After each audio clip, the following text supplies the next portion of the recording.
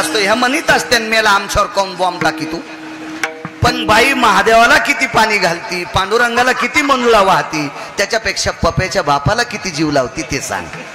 हो यायचं पाणी घालणं का सोपं आहे का? तांब्यानं एकूण एकीचे डोसके फोडी आहे ना. मला पाणी घालू दिन, मला बेल वाहू दी. हो इतकं सतीने घावा डोसके फुटूस तर एकूण एकीचे डोसके तांब्यानं फोडे आहे ना, तांब्यानं. काय शिवजी म्हणत असतील शेपुड्याच आल्या माया मंदिरात.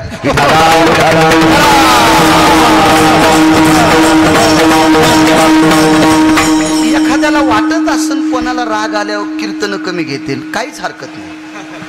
पण वक्त्यानं खरं बोलत जावा, भिलत नाही पाहिजे, भिलं नाही पाहिजे. वक्त्यानं सरळ बोललं पाहिजे. नाही बाईनं सर्वात मोठी सेवा आपल्या पतीची करायची. मग तुम्हाला सांगू का, नवऱ्याच्या 3दा पाया पडणाऱ्या बाईच्या पाया पडे होते मारुतीराय.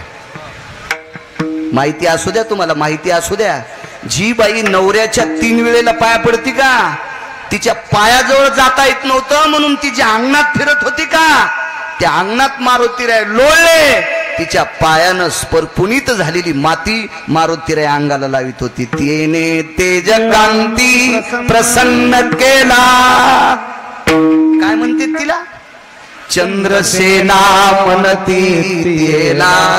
आठवण आहे एखाद वेळेस बघ मेमरी कार्ड लोड आल्या. तेने तेज कांती प्रसन्न केला, तेने तेज कांती प्रसन्न केला, तेच्या चरणावरती. क्या बात आहे, तेच्या चरणावरती लोळला.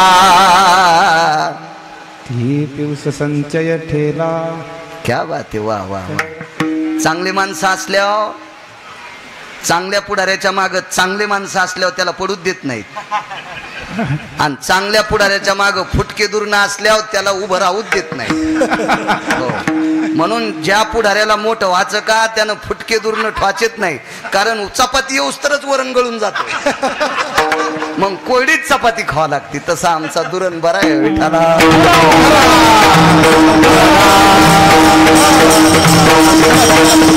त्याच्या चरणावरी लोळाला. तिथे लोळलाय. तिथे कोण बाई होती माझ्या माईंनो सांगू, माझ्या बहिणींनो, माझ्या मावशांनो, माझ्या माईंनो. ती बाई होती चंद्रसेना. राक्षसाची बायको आहे, पण देवापेक्षा नवऱ्यावर प्रेम करत होती. म्हणून तिच्या पायाची माती अंगाला लागाव मारुतीरायनं अपेक्षा केली ती. इतकी ताकद आहे पतीच्या सेवेत. कधी कधी चांगलं करत जा, देव तुमचं चांगलं करेल. असो निरोप द्यायला उद्या सकाळी 9:30, 10, 11, 12 वाजता राज्य देईल. आणि मग प्रभू रामचंद्राच्या लक्षात आलं उद्या द्वादशी आहे, आजची एकादशी आहे, आणि प्रभू रामचंद्राला नखाते साहेब साधन द्वादशीचं व्रत होतं. साधन द्वादश कशाला म्हणते थोडस लक्षात ठेवा. असं वारकऱ्यांना माहित आहे, जेव्हा तुम्हाला माहित असेल, तुम्हाला माहित असेल आपण, पण सर्वसामान्य लोकांना साधन द्वादश काय माहिती. एकादशीपेक्षा द्वादशीचं व्रत अवघड आहे. करता येते एकादश कोणाला. 12 वाजता फराळ केला काय, 2 वाजता केला काय, बायको सूर्यवंशी असली तर संध्याकाळी केला काय, धका तू. पण साधन द्वादशी तिला म्हणतात. तेजो भास्करो कांती भयो किरण ससर्गे निजायते धरा कांती प्रसन्न भयो जठरा नलाम तृप्तावसो नैवम गिरगावकर लिखितम. हे का गिरगावकरांनी लिहिलंय? मला सांगा, सूर्याचं किरण जमिनीवर आदळणे आणि पहिला घास वदनी कवळ घेता नाम घ्या श्रीहरीचे. सूर्याचं किरण जमिनीवर आपटणे आणि पहिला घास तोंडात जाणे, अशा वेळेला द्वादशी सोडणे, तिला साधन द्वादशीचं व्रत म्हणतात. आणि खपक्या मारायचा होता भरत बुवा 100 तोंडाचा, ते कवा मारा. संध्याकाळ झालेली आहे आणि मग पंढरपुरातल्या मालकाचा चेहरा बारीक झाला, शरदराव बारीक झाला, आणि तो चेहरा पाहिला विटेवरच्या मालकिनीनं, म्हणजे सीताई साहेबांनी पाहिला. पंढरपुरातले मालक म्हणजे 7व्या अवतारातले रामचंद्र. काय वानू आता न पुरे वाणी याच्यावर बोलतोय. 2च उदाहरणं सांगणार पूर्णविराम. लोक जेवायचे तर इथल्या वक्त्यानं सावधान असलं पाहिजे.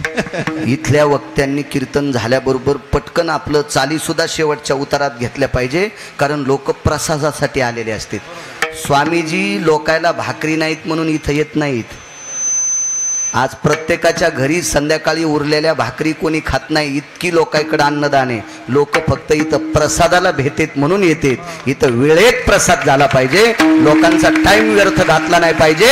त्याचं नाव कीर्तनकार. विठाला विठाला.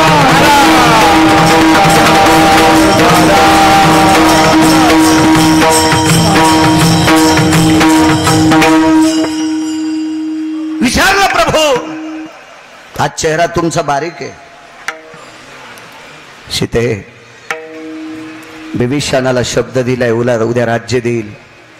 काय तुम्हाला अशक्य आहे? त्याचा भाव मारून राज्य देता आलं दिगंबरराव.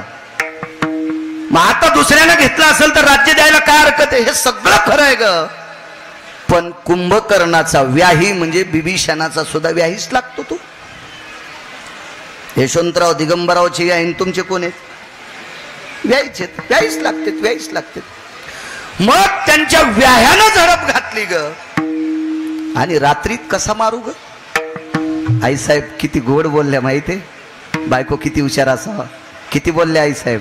आईसाहेब म्हणल्या, प्रभू तुमचा शब्द खोटा होऊ नये असं तुम्हाला अंतःकरणातून वाटत असेल तर हा शब्द खरं करण्याची ताकद यशवाडीतल्या मालकात आहे. आणि तुम्ही त्याची विनंती करा, विनंती करा. तै पाचारीला अंजनी सुत निशिदाटले से घनदाट. तै वेळी पाचारीला अंजनी सुत हृदयी पालाला जगन्नाथ. बोभाई तांत करणे निशिस्तीत. हनुमंत हनुमंत मने तैवे. हृदयावर नाव नाचलं, थार दिश उडीत टाकली. सुमंत जी काय वाजलंय? अंजनी सुत आलेत यशवाडीहून. तुम्हाला एक सांगू, अधिकारी माणसाचे स्वामी डोळे रडत नसते, अंतःकरण रडत असते. प्रभू रामचंद्राचं हृदय रडत होतं. हृदय अडचणीत नाव घ्यावं आणि त्यानं हजर राहावा. प्रगट झाले. काय प्रभू काम आहे? काय काय काम आहे? काय काही नाही रे. तो शतमुखी रावण मारल्याशिवाय विभीषणाला घेतलंय राज्य. कोणी? शतमुखी रावण. चला मी जाऊन येऊ का प्रभू? नको रे, तू एकटा नको, मला घेऊन चल. घेतलं खांद्यावर स्वामीजी प्रभू रामचंद्राला. प्रभू रामचंद्र हे रामायणात बघायचं नाही. मग तुम्ही म्हणताल तू उसातलं सांगायला का? असंही इचकू नका, मला वाचायचा नाद आहे.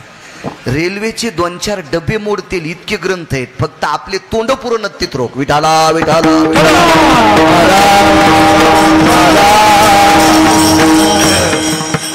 घेतलं खांद्यावर आणि शतमुखी रावणाच्या नगरीत रात्री आरोळी टोकली. ते तर मस्ताडेलच होतं. त्याचा आखलीचा कांदा सगळा फुटलेला होता. त्याला कळतच नव्हतं आपण कोणासोबत युद्ध करायलो, काय करायलोय, स्वामीजी आपल्याला कोण ललकारलंय, काय केलंय, असं कळतच नव्हतं. त्याला कळतच नव्हतं. आलं ते युद्ध करता आल्याच्या नंतर प्रभू रामचंद्राला त्यानं जर्जर केलं. कृष्णाबया जर्जर केलं, जर्जर केलं. बेचैन आहेत प्रभू रामचंद्र, बेचैन आहेत. मग प्रभू रामचंद्र बेचैन असल्याच्या नंतर स्वामीजी तुमच्यातला पुन्हा एक संन्यासी आहे, त्या संन्याशाला आमंत्रित केलं. त्या संन्याशाचं नाव आहे त्रिकालदर्शी देवर्षी नारद. कारण या भगव्या कपड्यात इतकी ताकद आहे. रक्तांबर भय तेजोयो कांती सदटंती भयोजिना. वैशानरम दग्धेषु कामान दग्धेषु भयस्थिता. ज्यानं कामाला फुकून दिलंय ते हे संन्यासी. 2 संन्यासी आहेत, भगव्या वस्त्रातला संन्यासी आणि पांढऱ्या वस्त्रातला ब्रह्मचारी. पांढऱ्या वस्त्रातला ब्रह्मचारी विषय महाराज द्वापार युगात होता. त्या ब्रह्मचार्याचं नाव होतं पितामह भीष्माचार्य. हो, सामान्य नाही. पंढरपुरातला मालक त्या संन्याशाच्या पाया पडल्याशिवाय युद्धात हावत बसत नव्हता.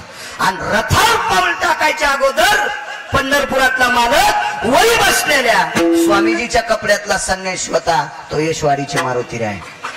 आणि त्याच्याकडे बघून छातीवर हात ठेवत होते आणि मग रथावर बसत होते. इतकी ताकद असते या भगव्या वस्त्रात, एवढी मोठी ताकद असते.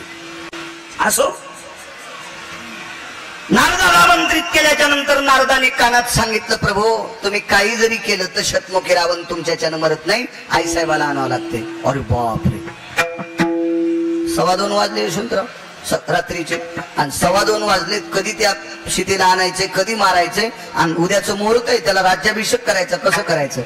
प्रभू रामचंद्र ज्याच्या खांद्यावर बसले खाली वाकले, आणि खाली वाकून मारुतीरायच्या कानात सांगितलं, हनुमंता एक काम करावं लागतंय, तिला आणावं लागतंय. आपल्याकडे तिलाच म्हणते, ती लग्न झालं ना तुमचं. काही काहीला अजून मला असं वाटतंय मोठ्या श्रद्धेनं मायबापाला सोडून, सगळ्या गोष्टी सोडून ती त्या गोत्रात विलीन झाली. काय होतं नावानं बोललं तर. तुम्ही मोठ्या आदरानं म्हणायचं शरदराव वर्षा, आदरानं म्हणायचं, आदरानं म्हणायचं, हा आदरानं म्हणायचं ना वर्षा. काय असेल तुमच्या मंडळीचं नाव, तुम्ही आदरानं म्हणायचं ना. यमनीश माय, अरे तू का म्हशी हाकलायला का शेपुड्या हाकलायला येडपटे काय, तुला वरून पडली का ती. अरे माय बापाला सोडून त्याचं काळीच लपलप करीत होतं तुझ्या सोबत येत असताना. मुलगी वाट लावत असताना मायबाप रडतील नवल नाही. निष्ठावंत जर बँड वाजणारा असेल ना, निष्ठावंत ज्याला प्रपंचातली आत्मीयता असावा, असा बँड वाजणारा सुद्धा पोरगी वाट लावत असताना जे गाणं म्हणते त्या गाण्यात त्याच्या कडावल्या होत्या डोळ्याच्या. इतकं मोठं तुझ्याकडे आली, मग नावानं बोलत आहे, लक्ष्मी, सावित्री, दुर्गा, वत्सना, शेवंता, कौशल्या, असं बोलत जा ना माणसानं. पोरायची माय. मूर्खपणाचं टोके नाही, नालायकपणाचं टोके, मूर्खपणाचं टोके. बोललं पाहिजे आदराने. हे सीतेला घेऊन यावं लागतंय. तिथे शब्द कोणता वापरला माहितीये, ऐके हनुमंता वैदेही आणावी आता. पुढचं नाही म्हणे, ऐके ऐके रे हनुमंता वैदेही आणावी रे आता. हे पोचता तू वैदेहीला घेऊन ये. काय नाव आहे गोड, घेऊन ये वैदेहीला. प्रभू रामचंद्रानं, मारुतीरायानं, येशवारीतल्या मालकानं एका सेकंदाचा उशीर न लावता छतोपाटील उड्डाण केलं आणि अयोध्येत प्रवेश केला. कुशेठ प्रवेश केल्याबरोबर लक्षात आलं स्वामीजी मी संन्यासी आहे, मी संन्यासी आहे, आणि एक स्त्री खांद्यावर कशी नेऊ. नेम आहेत, मर्यादा आहेत स्वामीजी, तुम्हाला मर्यादा आहेत, मर्यादा आहेत. तुमच्या जीवनात भगव्या वस्त्रात, पांढऱ्या वस्त्रात आणि कबऱ्या बांड्या वस्त्रात लय फरक आहे. नियमाच्या चौकटीच्या बाजूला तिला इतकं सरकता येत नाही, हे भगवं वस्त्र. एखाद्या वेळेस ती प्रपंचातली गोष्ट मला सांगता येईल कीर्तनात, यायनं सांगितले की देव पण नाक वाकडं करणार नाही, सांगता येत त्यांना. नियम आहेत, बंधन आहे चौकटीतलं. हो, आम्ही थोडेसे भरके येत, म्हणजे चिखला फिकला नाही. संसारातले थोडेसे डाग आपल्याला लागले, आमच्यात फरक आहे. तरी मी तुम्हाला सांगतो, पांढरा कपडा आणि भगवा कपडा याच्यातला फार मोठा फरक, फार मोठा कपडा. एक सोपं व्यवहारातलं उदाहरण सांगतो. पांढऱ्या कपड्यावाला रस्त्यानं चलत असताना चपला जर पायात असतील तर धोतरण पॅन्ट वरी करावा, नाही तर मागच्या पाण्यानं मांड्या लोक भरती. कबऱ्या बांड्या कपड्यावाल्याची भरती, पण असं केलं की निघून जाती. लय फरक. डोकर आलं भरलेलं. एक जण म्हणला बाजूला सरक. माझा आजोबा सरपंच असताना रोड झालता, डुकरा बाजूला सरक. डुकर म्हणला तूच सरक. ते म्हणलं मी सरकणारच नाही. मग डुकर म्हणलं दाखवतो तुम्ही माझ्या. त्यानं हल्ली शेपूट पायावर. डुकराची भरकी शेपूट होती. पप्याच्या माईला धुता धुनी घालत ती. नियम असतो नियम. मारुतीरायाने विचार केला आपल्याला नियम आहे, आपण चौकटीत आहे, जगाची मालकीने माते समान आहे, पण बसवा खांद्यावर कशी. मी तर ब्रह्मचर्य, पण नैष्टिक ब्रह्मचर्याचा का सोट आहे, पण सामान्य नाही ना. कसं बसवू. युक्ती बुद्धिमतान वरिष्ठम, काय वानवाता न पुरेवानी, बुद्धिमतान वरिष्ठम. मारुतीरायाने विचार केला, ततांबरेषु भय व्याप्ती जनाशय तथा क्रियानाम धरणी सदर्भेषु जायते ओखदम सर्वस्थितेषु. याचा पुरावा सांगतो. पाण्याला दुर्शा स्त्रीनं हात लावल्याच्या नंतर माठात तिनं हात लावला की माठातलं पाणी प्यायचं नाही, त्याला मर्यादा आहे, त्याला मर्यादा आहे. पण त्या स्त्रीनं जर नदीला हात लावला तर पाणी दूषित होत नाही. पात्रे सगर्भेषु जलायाम 14 श्लोक आहेत, पण वेळ आपल्याकडे अपुरा आहे. ती नदी वाटेता कशी, सागर कशी वाटेता येईल, आकाशातली हवा कशी वाटेता येईल. ती जर एखाद्या 10x10च्या खोलीत आहे आणि तिथं जर एखादा उंदीर सरला नका दे साहेब, तर तितकं ते 10x10ची खोली दूषित करू शकते. पण इथं उंदीर सरड आहे आणि परभणीत वास कसा जाईल. मग हे ताळा मारुतीरायनं तिथं लावला आणि मारुतीरायने विचार केला मी संन्याशी, स्त्रीला हात लावायचा नाही. गरज उचललं ना, अख्खा राजवाडा शेपटीला आदेश देऊन उचलूनच घेतला राजवाडा आणि शतमुखी रावणाच्या नगरीत भगवान आईसाहेबाला आणलंय. काय बोलतो हनुमंता, येडपटीस की काय रे तू. अरे लखनला शक्ती लागली लक्ष्मणाला, त्यावेळेला द्रोणागिरी आणायला पाठीलच, ते आणलास, आता पर्वत कशाला आणला. मारुतीरायनं सांगितलं नीट पहा, हे पर्वत नाही, खालून दगड चिटकालेले दिसायले पण तुमचा महाल आहे. अरे राजवाडा आणलाच की काय. हो, मध्ये आई साहेब. मग तिला का नाही आणलं. नाही म्हणले माफ करा, मी कशाला झोप मोडू द्यायची, असं कारण सांगितलं. मोठी माणसं इतकी हुशार असतात, अंगावर कधीच काही येऊ देत नाही. हुशार लोक असतात, हुशार. खरं काही काही बायका सुद्धा इतक्या हुशार, एका घरी 10-15 पाहुणे आले साखऱ्याचा पत्ताच नाही, कसा चहा करावा. पण सून इतकी हुशार होती, इतकी सून हुशार होती, सासू हापकून गेली. बाई तुझ्या साधं सासऱ्याचा लय स्वभाव बाई दार आहे, तुला काय सांगायचं. ते हातात जे पडलं ते फेकून हाणतंय, साखऱ्याचा पत्ता नाही. संध्याकाळची वेळ, एवढे मोठे पाहुणे आले, आपल्याला कापूस 2-400 क्विंटल होतोय, रात्री दुकानदाराकडे जावा तर काय म्हणेन म्हातारं. ती म्हणली आता मला कारण सांगा काय पाहिजे. 10-15 कप चहा करायचा. मग ताण घेऊ नका, माझ्या लग्नात रुख होत आलेला आहे. माझ्या लग्नात रुख होत आलेला आहे आणि रुखोदात 2-4 बैंगण आहेत, 2-4 महाराज आहेत. महाराज पण असतात रुखोदात, फक्त जिते नसते, साखरेचे असते, साखरेचे महाराज असते. मग किती महाराजाच्या आला टाकू. मला सांगायचं एक बाई हुशार होती ना, हुशार असल्यामुळे प्रतिष्ठा सांभाळली का नाही, नाही तर येडपट असती. आखलीचे कांदे नाहीत, बाजाराला जात नाहीत, साखरेच्या डब्याला इस्तू लागला, माणसं घरी बलितेत, चहा करायला सांगतेत, काय मला टाकायचं का चहा. अशी बाई ज्याला भेटली त्यानं म्हणायचं नाही चुड्यांनी संग लग्न केलं. विठाला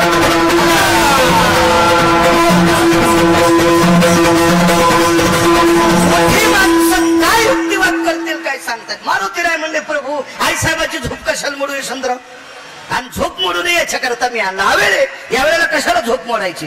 अहो एका पवित्र नदीला आवेळी हलिल्यामुळं यज्ञांच्या बायकोवर अन्याय झाला. मारुतीराय सांगत होते प्रभू रामचंद्र, 3 श्लोकाचा पुरावा आहे. आवेळी गंगेला हलवल्यामुळं एका न्यायशास्त्र परिपूर्ण असणारा व्यक्ती मुनिश्री गौतम पत्नी विश्वातली 222 स्त्रियापैकी 1 नंबरची सुंदर अहिल्या, हिच्यावर अन्याय होतो. बापाना आवेळी, मालकाना आवेळी गंगेला हलवल्यामुळं मी संन्यासी आहे, मला पत्नी जरी नसेल तर अंजनी माता आहे ना प्रभू, त्याच्यामुळे मी कशाला आई साहेबाला आवेळी उठू. मग आवाज दिला, सीते हे सीते आले प्रभू. सावकाश हे पडशील तू, दारात उभं राहिल्या. प्रभू रामचंद्रान खाली नाही घेतलं, खालून खडग दिलं, पायाची सोय. दंदिशी शतमुखी रावण मारला. नारदाने कानात सांगितलं होतं आदिशक्तीशिवाय रावण मरत नाही. कोणता? शतमुखी रावण. आणि पहाटे म्हणता येत नाही, ब्राह्मी मुहूर्ताच्या अलीकड 39 मिनिटानं रावण मारला. आणि तिथून पुढे 4:14 ब्राह्मी मुहूर्त सुरू होणार होतं.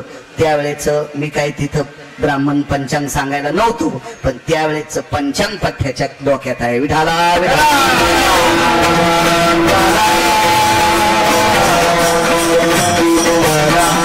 4:18 ब्राह्मी मुहूर्त लागणार. त्याच्या अलीकडे 39 मिनिटानं सीताई साहेब तिथं उभ्या आहेत, हातात खडग मार. संदेशी खड्ग सोडलं, शतमुखी रावण मारला. आणि तात्काळ प्रभू रामचंद्राने सीता अयोध्येत स्नान केलं आणि विमान निरोप दिला. निरोप तो भुभुक्कारात दिला. भरत बुवा भुभुक्कारात निरोप दिला. आणि भुभुक्कारात निरोप गेल्या बरोबर मग आता वानराचा भुभुक्कार कोणाला कळत असतो? वानरांना. मग लंकेत आता वानर होतं का असं रामायण वाची जा. ज्यानं चांगलं पाठ केलंय त्याचा ऐकी जा. काय सांगायचं बरं का, आणि काय प्रभू रामचंद्र तिथे लंकेत गेल्याबरोबर टरकाची टरका वानर लंकेत गेले बर का. अरे सुमळ्या तवा टर्क नव्हते रे. येडपटू आणि माणसं मरतील ना असं रामायण सांगितलं आहे का नाही. हा माती खावा का शिरा खावा हेच कळायचं नाही माणसाला. काय माणसं भाषा ओघात आल्यावर बोलतच राहतात माणसं येड्या. नकोय काय सांगत होतो. भुभुक्कार फक्त वानराला करतोय. कोण वानर होतं माहितीये तिथं. त्या वानराचं नाव होतं गंधमादन. जिवंत नव्हतं स्वामीजी. गंधमादनाची समाधी लंकेत आहे. आणि लंकेत मारुतीरायाने भुभुक्कार अयोध्येतून केल्याबरोबर पहाटे गंधमादनाच्या समाधीवर पूजा झालती आणि पूजेचा हार उडाला आणि बिभीषणाच्या समोर येऊन पडला. बिभीषणानं ओळखलं. हातात हार घेतल्याबरोबर प्रत्येक फुलाच्या पाकळ्यामधून मारुतीरायाचं स्तवन येत होतं. प्रभू रामचंद्राचं स्तवन येत होतं. कारण तो नामधारकामध्ये गंधमादन इतका नाविन्यपूर्ण होता. कुंभकर्णाने मारल्याच्या नंतर त्याच्या रक्तातून त्याच्या मांसातून त्याच्या हाडातून राम राम नावाचा ध्वनी निघत होता. राम राम. मग विभीषणाला सांगितलं चंद्र सूर्य तोपर्यंत याची समाधीची पूजा सोडू नको. दिगंबरराव सोन्याची समाधी तिथे केली आणि त्या समाधीवरला हार उडाला. विभीषणाच्या दारात पडला. संकेत लक्षात आला. समाधीवर डोकं ठेवलं आणि कानात आवाज आला अयोध्येला विमान पाठवा. आणि अयोध्येला विमान पाठिलं. एकदा कामग नावाचं विमान पाठिलं. ते रावण मारल्याच्या नंतर आलत स्वामीजी. प्रभदत्त नावाचं विमान पाठिलं. सीतेला अशोकवाटीतून आणण्यासाठी पाठिलं स्वामीजी. पण 14 विमानातले 2 नावं सांगितले. आता जे विमान पाठिलं ह्या विमानाचं नाव आहे भातीप्रिया. हे भातीप्रिया नावाचं विमान पाठिलं आणि या विमानात सेवक केला. जी प्रभूजी हे राज्याभिषेकाची तयारी करा. ततस्तु यत दक्षिणाधिपतयो शतस्वेति आननाम लंकेश पुटे तुझ्या येते. आनंद म्हणजे तोंड. शत म्हणजे 100. 100 तोंडाचा रावण. दक्षिणेचा राजा यम त्याला प्राप्त झालेला आहे. आता तुम्ही राज्य करा. या सगळ्या गोष्टी कोणामुळे घडल्या. हा मालक जर प्रभू रामचंद्रावर कृपा करीत नव्हता तर रात्री प्रभू रामचंद्राला शतमुखीच्या लगरीत नेत नव्हते. रात्री सीतेला नेत नव्हते. आणि नेत नव्हते तर द्वादशीच्या पर्व काळावर विभीषणाला दिलेला शब्द एकादशीच्या पर्व काळावर द्वादशीला राजा करील हा शब्द पंढरपुरातल्या मालकाचा खोटा होत होता. पंढरपुरातल्या मालकाचा शब्द खरा करण्याची ताकद येशवाडीतल्या मालकात आहे.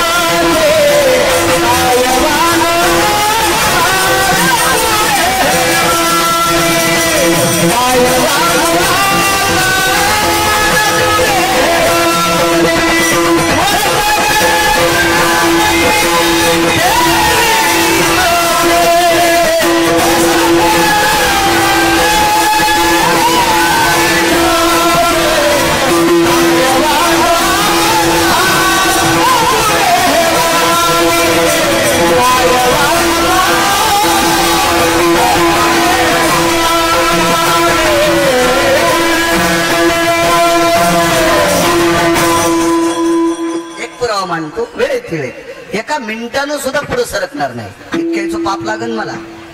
इतक्या लोकांना प्रसाद घ्यायचा आहे. मला इतका आनंद वाटलाय. वर्षाताई शरदराव, तुमच्या पंक्तीच्या दिवशी मेघराजाचं आगमन झालंय.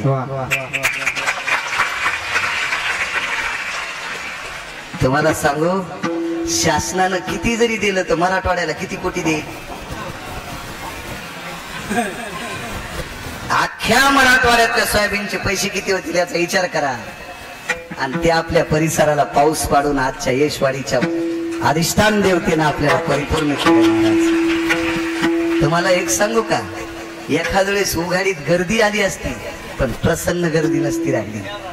इतकं प्रत्येकाच्या अंतकरणामध्ये अशी रुखरुख होती, रुखरुख होती, रुखरुख होती. भरत बुवा गुरुमीच्या गप्पा जरी गिरगावकर करीत असेल,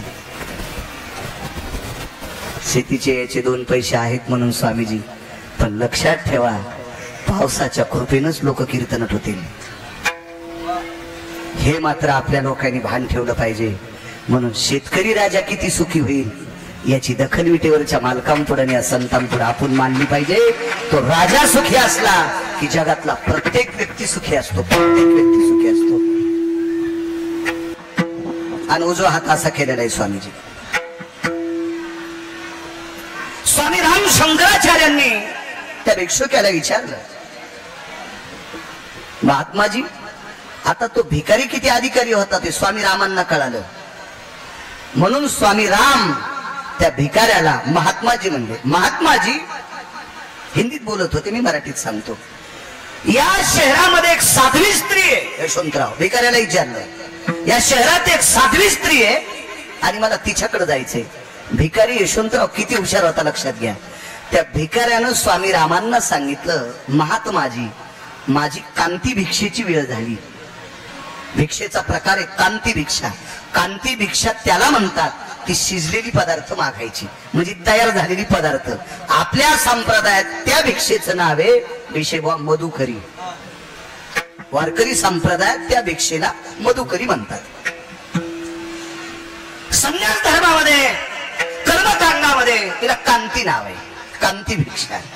आणि कांती भिक्षेचा टाइम झालाय, मला जायचंय. स्वामी रामांनी विचारलं, का हो तुमच्या हातात काठी आहे, तुम्ही भिक्षुकी आहात आणि पात्र नाही भीक मागायला, तुला काम काय म्हणले? अरे तुलाच बोललो ना ते. स्वामी रामांना शंकराचार्यांना, यशवंतराव शंकराचार्य 1949 ते 51 2 वर्ष शंकराचार्य झालेला माणूस. गिरगावकराला काही करता येईल, शंकराचार्य कसं होता येईल हे गुतलाय ना. तदेव लग्नं सुदिनं तदेव ताराबलं चंद्रबलं तदेव विद्याबलं दैवबलं तदेव लाभस्तेषां जयस्तेषां मुर्गळोषां.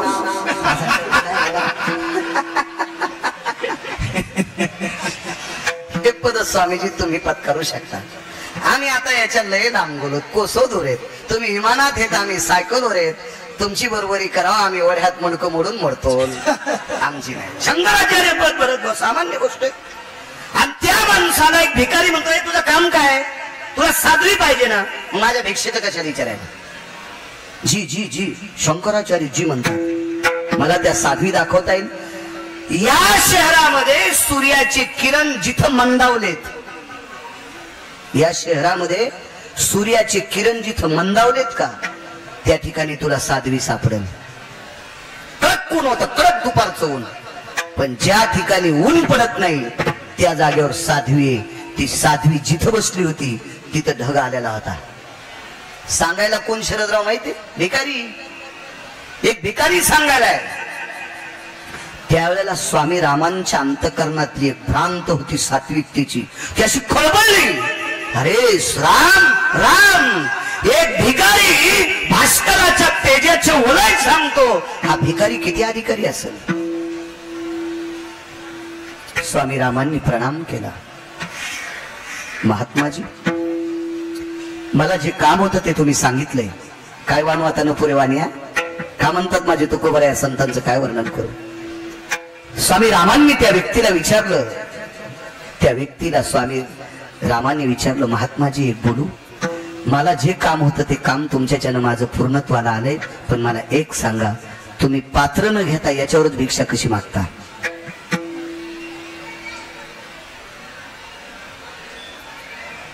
तर त्या भिकाऱ्याने सूर्याला सांगितलं,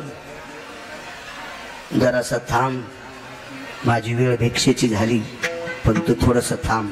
वरी हात केला, ठैरिये. भिकारी सूर्याला थांबवायला आहे. भिकारी, तुमच्या आमच्या मतानं तो भिकारी आहे. थांब, हे महात्माजी याला बोलतो म्हणे महात्म्याला.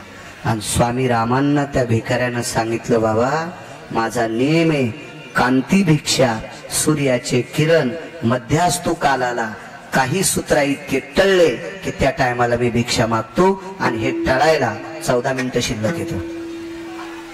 आणि तितक्या वेळापुरतं त्याला थांबायला लावतो.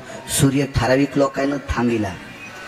या मालकाचे मालक, यशवाडीतल्या मालकाचे मालक ज्या वेळेला जन्माला येऊ लागले का, त्यावेळेला सुद्धा सूर्य थांबला होता. एक शपथ पुरावा होता. दोन प्रहरी काग सखी, दोन प्रहरी काग सखी, सूर्य थांबला, सूर्य थांबला. राम जन्मला,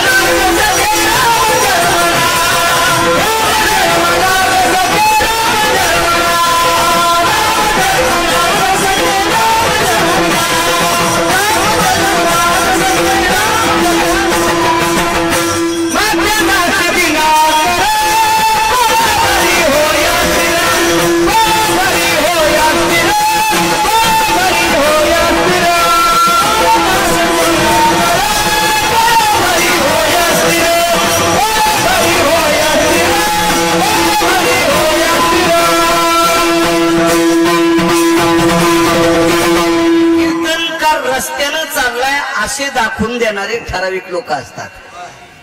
मी अगोदर सांगितलं, मी पुरावा शपथ म्हणलो.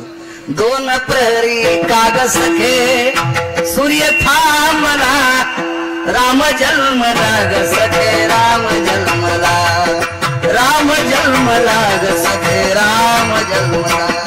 पुरावा कोण आहे? पण शपथ आहे. पण मी बोलतोय ते खरंच आहे, हे पुरावे आहेत.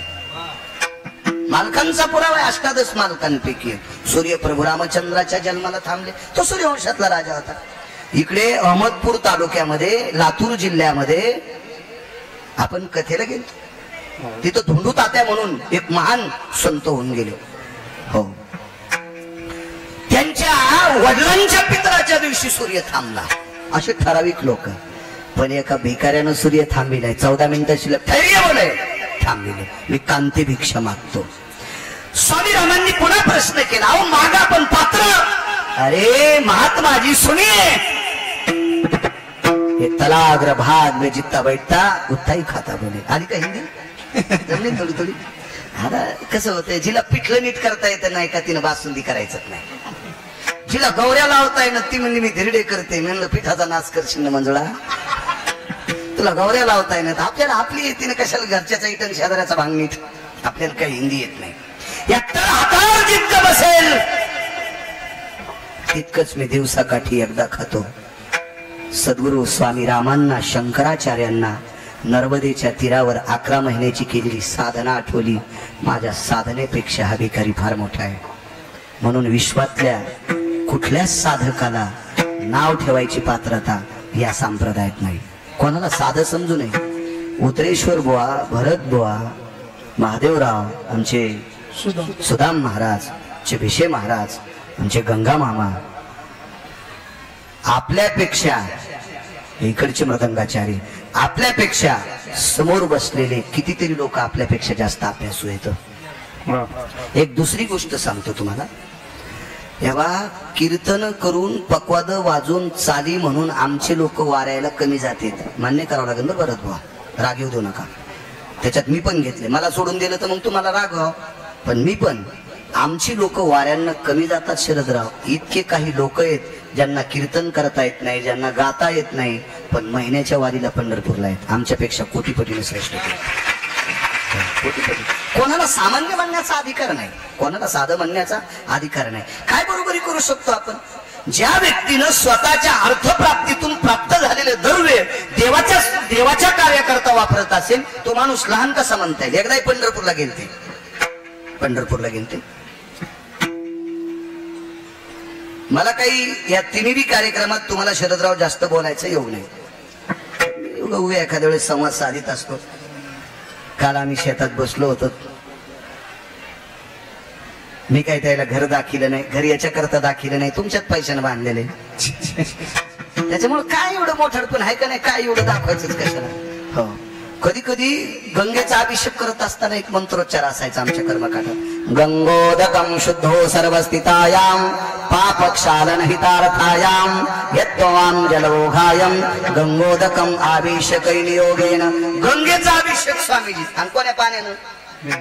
तिच्याच पाण्यानं. मग त्याच्यासाठी मंत्राचा एक वेगळा उच्चार असतो. त्वमां त्वम प्राप्ते स्थित जायते नाम जग्निरे सर्वस्थितायां सपात्रेषु सयसुतायां पापनाशिनी हितार्थायां यत् गंगोदक भयं त्वं पात्रेषु जलयां मम अवस्थिता त्वमां जायते होतो गंगोदकं स्नानं समर्पयामि. हे तिचं तिला त्याच्यामध्ये घराला दाखवायची. म्हणून मी शेतात बसलो होतो. आलते ते चिखलात, साक्ष भरले, बुटे भरले. चला म्हणलं तिथंच बसलो. लक्षात आलं, एकदा तुम्ही पंढरपूरला गेलते शरदराव. पंढरपूरला गेल्याच्या नंतर तुमच्याच मनात एक भाव आला आणि तुम्ही तुमच्या धर्मपत्नीला म्हणले वर्षा. मी नाही तुमचं वाक्य सांगायला. मी त्यांना फार काय झालं तर वर्षा ताई म्हणेल, वर्षा माय म्हणेल काहीतरी. तुम्ही म्हणले वर्षा अगं पावती भरायची केवढ्याची? एकाच बडकर एक. ती तुम्हाला अर्धांगिनी माऊली अशी सापडे. त्या म्हणल्या माननीय आदरणीय मालक तुम्हाला काय कमी केली देवानं? फार 5 लाखाची. त्यावेळेला यांच्या छातीला घाम आला. पैसे घरी किती असतील? मंदिरात थोडेच होते 5 लाख.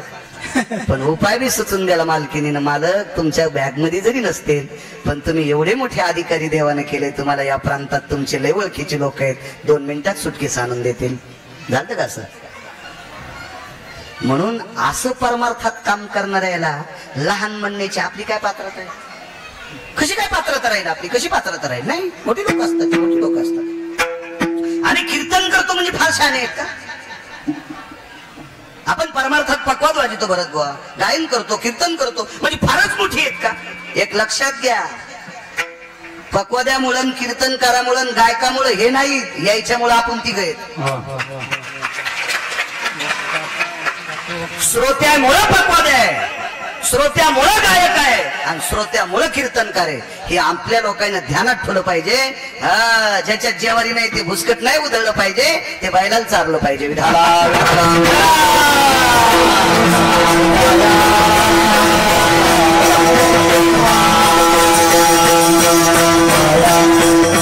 एवढीच भिक्षा मागतो, एवढी. हे जातं वाक्य. मी तळहातावर बसेल इतकंच खातो. स्वामी रामांना नर्मदेची साधना आठवली. फार मोठं चरित्र आहे स्वामी. आणि मग स्वामी राम जिथे सूर्याचे किरण दिगंबरराव शिथिल झालेत, क्षीण झालेत, त्या ठिकाणी गेले तर तिथं काय होतं माहिती? स्वामीजी एक दर्गा होता. दर्गा होता, दर्गा. दर्गा म्हणजे कबर. छोटासा दर्गा आहे, छोटासा बारीकसा दर्गा होता. त्याच्यावर त्या काळाला कौल होते. बारीकसा दर्गा होता आणि त्या दर्ग्यामध्ये धुनी पेटलेली आहे आणि त्या धुनीच्या समोर ती साध्वी बसलेली. स्वामी राम गेले, आवाज दिला, बीबीजी. बीबीजी हा शब्द म्हणजे माताजी. वेगळ्या भाषेत त्याला माताजी त्याचा अर्थ होतो. बीबीजी. त्या साध्वीनं मागं नाही पाहिलं. बोलिये श्रीराम. त्या दर्ग्याच्या उपासक असणाऱ्या स्त्रीच्या मुखारविंदातून शब्द पडले, बोलिये राम. मागे न पाहता भरत बुवा जिनं मागच्या माणसाला राम म्हणा. काय काळी झालं असेल नका साहेब, काय काळी झालं असेल शंकराचार्यांना. ही दुसरी अनुभूती आहे. दुसरी एक भिकाऱ्याची अनुभूती दिगंबरराव, दुसरी या साध्वीची. दर्ग्यात बसलेली बाई. वाक्य नीट लक्षात ठेवा. तो दर्गा जरी कबरेसारखा असेल पण त्या दर्ग्याच्या आत एक पुरातन जुन्या काळातला एक निष्ठावंत साधूची समाधी होती, पण त्याच्यावर दर्गा झालेला होता. तिथं ती बसलेली होती. बोलिये राम. तर स्वामी रामांना 2 गोष्टीचा आश्चर्याचा आध्यात्मिक धक्का बसला. भिकाऱ्यानं सूर्याची किरण क्षीण झालेले सांगावा आणि हिनं मागे न पाहता राम म्हणावा, याचा धक्का बसला बिशेबवा. पण स्वामी राम रामच होते. स्वामी सामान्य स्वामी नव्हते. स्वामी तुमच्यातले स्वामीजी, स्वामी राम तुमच्यातले एक इतकी अधिकारी व्यक्ती होती. 11 महिने पवित्र नर्मदा माता सद्गुरु स्वामी रामांना खिरीचं पात्र देत होती. सोन्याचा हात येत होता. त्या हातावर खिरीचं पात्र असायचं. ती खीर दुपारी 1:15 वाजता स्वामी रामांनी ग्रहण करायची. पात्र धुवायचं, नदीच्या पात्रात टाकायचं दिगंबरराव. पात्र अदृश्य होत होतं. दुसऱ्या दिवशी 1:15 वाजता पात्र येत होतं. 11 महिने नर्मदा ज्याला अन्न देत होती ते स्वामी सामान्यच. आणि त्या स्वामींना आश्चर्याचा धक्का बसला आणि स्वामींनी विचार केला, पण बाई दर्ग्याची उपासक आहे, हे तो दर्गा आहे, आपल्या संप्रदाय त्याला किती मानतात. काही लोक अधिकारी वारकरी संप्रदायात अंगडशा फकीराला किंमत, बाकीचे जे पेड्या घेऊन फिरते त्याला किती किंमत असेल ते आपण हिचकायचं नाही. आपली पात्रता बी नाही, आपली लायकी सुद्धा नाही. एखाद्या धर्मावर वाईट बोलणं ही आपली पात्रता नाही. कारण वारकरी संप्रदायाने सगळ्या धर्मातली चांगली माणसं आपलीशी केली. कबीर मोमीन लतीफ मुसलमान सेना नावे जाण. सामान्य लोक नव्हती. सजन कसाया एकुलागे मास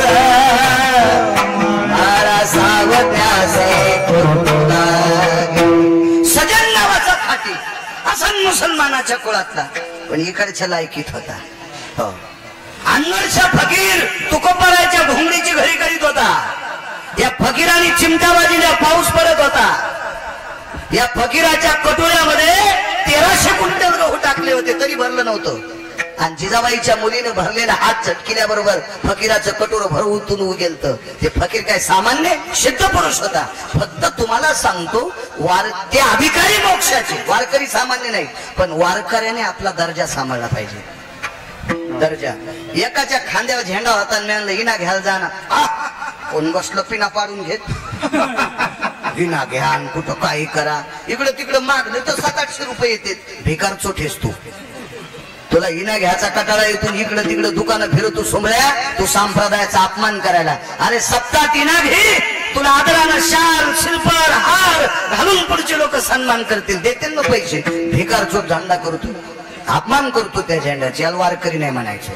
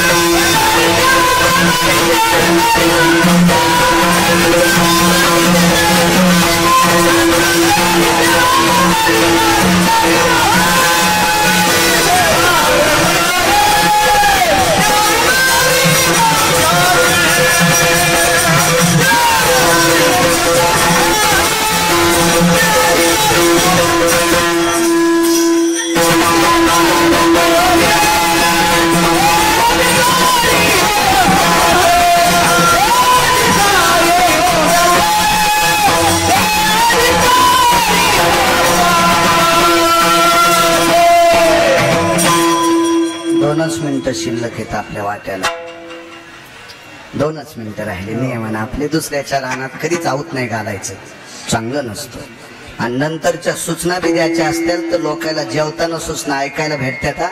उगाच घंटा अर्धा घंटा नंतर बी स्वामीजी खराब नाही झाला पाहिजे. विडाला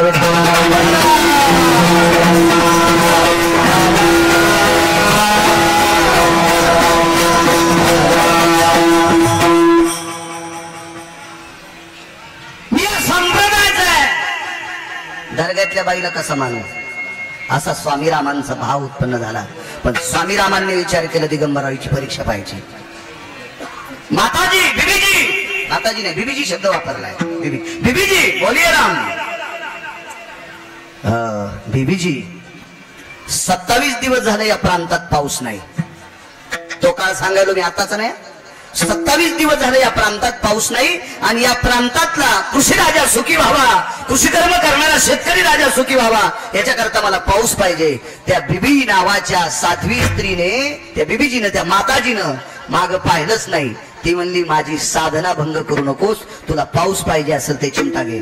आणि मांडी खालचा चिमटा लोखंडाचा देऊन टाकला. तुला ज्या दिशेला पाऊस पाहिजे त्या दिशेनं पाऊस पाड. तर स्वामी राम किती हुशार होते. ते चिमटा वाजित याने ताणींच्या सकल असती. हा मंत्र म्हणजे गोल फिरण्यासाठी असतो. गोल फिरण्यासाठी असा चिमटा हातात घेतला आणि आचार्य स्वामी राम शंकराचार्य चिमटा वाजित वाजित असं गोल फिरले. तर 27 दिवस पाऊस नव्हता. त्या प्रांतात पूर्ण पाऊस पाडला. ही महाराष्ट्राच्या, ही भारत देशातल्या या संतात ताकद आहे. कायवानो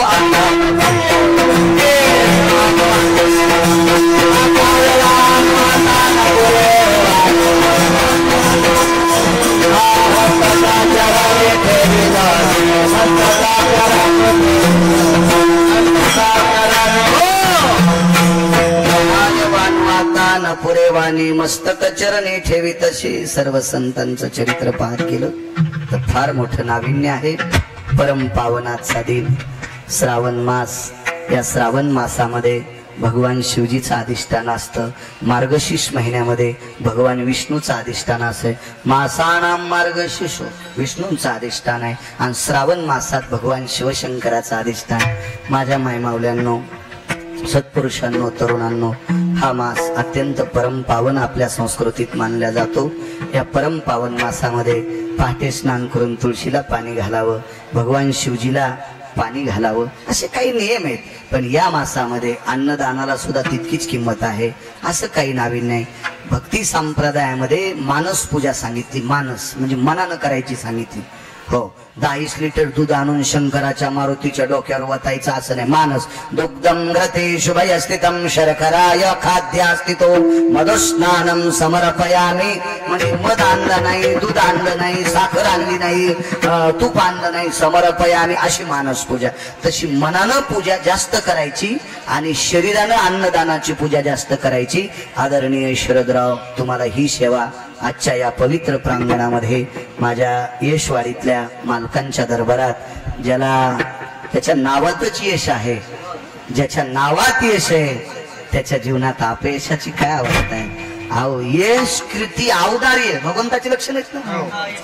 ऐका, श्री औदार्य ज्ञान वैराग्य जेवारी निघल्यावर असण्या का. ऐका, यशस्वी औदार्य हे देवात आहे, देवात. पण देवाकडे हे आहे, हे सगळं औदार्य असताना सुद्धा त्याच्या पण जीवनात स्वामीजी अपयश प्राप्त झालं आणि त्याला सुद्धा यश देण्याची ताकद या मालकात आहे. 7व्या अवतारामध्ये पंढरपुरातला मालक जे होतच नव्हता, 8व्या अवतारात जे होतच नव्हता द्वारकाधीश कृष्ण परमात्म्याचा, पांडवांना गादी एकदाही भेटत नव्हती. गादीवर कौरवच बसणार होते, पण कौरवांना मारून भजन करणाऱ्या पांडवांना गादी द्यावी अशी मानसिकता या मालकात होती.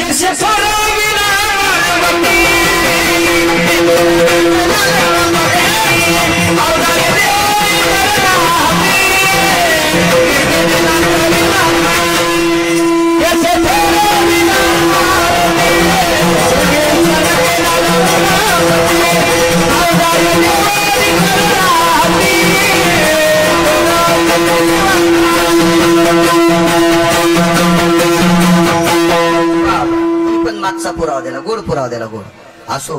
एनम कीर्ती ध्वजा भयस्थितेषु यस्स पात्रेषु यत्तो नानाम द्वापारे च जजायते नाम वानरासु योगस्ततेषु. देवाला सुद्धा यश देण्याची ताकद ज्याच्यात आहे ते यशवाडीचे मालक. अशा परम पावन मालकाच्या चरणी माझ्या थोडक्या मोडक्या शब्दाला पूर्णविराम देतो. आजचे सुविद्य यजमान सौभाग्यवती वर्षाताई शरदराव पवार या एका छोट्याशा कोल्हा नावाच्या नगरीत जन्माला आलेलं एक रत्न, छोटस स्त्रीरत्न. माहेर त्यांचं परभणी जिल्ह्यातच माहेर आणि सासर मायापुरी असणारी फार मोठी नगरी, तिथं वर्चस्व. दोघाही पती पत्नींना तो अधिकार प्राप्त झाला. महाराज इतकी या उद्योग क्षेत्रामध्ये नाविन्य कमवणारी एक कन्या ज्याने जन्माला घातली आणि एक पुत्र ज्याने जन्माला घातला ते वसंतरावजी, आणि ज्यांनी कन्या जन्माला घातली ते दिगंबरराव. काय तुमच्या धर्मपत्नी की ज्यांनी असे पवित्र रत्न आपल्या हृदयात बसवले. अशा त्या मातोश्रींना सुद्धा धन्यवाद देतो. त्या कुळातली सगळी माणसं असतील, दिगंबरराव तुमचे बंधू असतील, तुमचे सुपुत्र असतील, यशवंतराव तुमच्याही कुळातली सगळी मंडळी असतील, सर्वांना माझ्या या भगवंतानी गोड अशा प्रकारचा आशीर्वाद द्यावा ती मालकाच्या चरणी प्रार्थना. स्वामीजी वर्षाताईंची एकच इच्छा, माझी त्यांच्या वडिलांनी विचारलं, तू कशा करताय खर्च करतीस? काहीच नाही म्हणे, वर्षाकाठी मी एकदा वर्षानं यावं, वर्षाकाठी या ठिकाणावर वर्षाने एकदा यावं. वर्षा नावाच्या स्त्रीनं वर्षाकाठी एकदा इथं यावं आणि या पवित्र संताच्या दरबारात अन्नदान करावं आणि हे दर्शन मला वर्षाकाठी भेटावं. म्हणजे त्याच्यातला स्वार्थ काय माहितीये का? मला पुढचं वर्ष पाहण्यासाठी माझ्या घरातल्या लोकांना आयुष्य द्यावं. अशी सार्थ मागणी आदरणीय वर्षाताईंची, ती माझ्या विटेवरच्या मालकानी, ती माझ्या यशवाडीतल्या मालकांनी पूर्णत्वाला न्यावी. असाच इथं सेवा करणारी. अहो श्रावण महिन्यात प्रत्येक शनिवारी इथं चहा पाजतेत म्हणून ते हॉटेलवाले शिंदे, त्याची पोह्याची हॉटेल इथं प्रसिद्ध भरत पोहा आहे. तिथं पोहे चांगले चांगले आपले लोक पोहे खातात. आम्ही एकदा तेरवी काऊन हसले सांग का, तेरवीचं कीर्तन करून आलो आणि तिथं गेल्यावर कळालं की ते दारू पिऊन मिळतं. मी म्हणलं चला कशाला खायचं याचं, चला नाही. मी काय तितका धुंद लसून खात नाही, आकारत चलत आपण पहिलेच भरके आहेत ना. तर मी म्हणलो नको चला मग काय हे म्हणले, आता भूक लागली. ड्रायव्हरला म्हणलं इथं पोहे भेटतात, गाडी लांब उभी केली आणि मग पोहे आणले. म्हणलं खाना गाडीत, तिथं टेबलवर बसले तुमचे फोटो काढतील लोक. त्यानं कांदा गिंदा घालून पोहे गे मस्त ते भेटले होते. ते दर श्रावण महिन्यामध्ये इथं चहाची वारकऱ्यांना भक्तांना माझ्या यशवाडीतल्या मालकांच्या सेवकांची सेवा करतात. स्वामीजी त्या शिंदेंना सुद्धा धन्यवाद. एक विनंती, मी पाहिलं नव्हतं आता मध्यंतरी कीर्तन लय म्हटे असे लोक बसू देणत नव्हतं म्हणून जास्त येणं होईन, पण मी जाता येता इथं तुम्हाला पण नमस्कार करतो, मनानं करतोय मनधारीनं, काय नसतंय. तुम्हाला एक सांगू का, जी बाई नवऱ्याला अंतकरणातून मानती का ती खरंच पतिव्रता. लोक काय देखता पदर घेतील, घरात आल्या म्हणती मुसल्या. हा आहे का, साखरेच्या डब्याला इस्तू लागलाय, डाळीचा टिकला नाही आणि येतो आपला उसातून डुकर निघल्यावानी.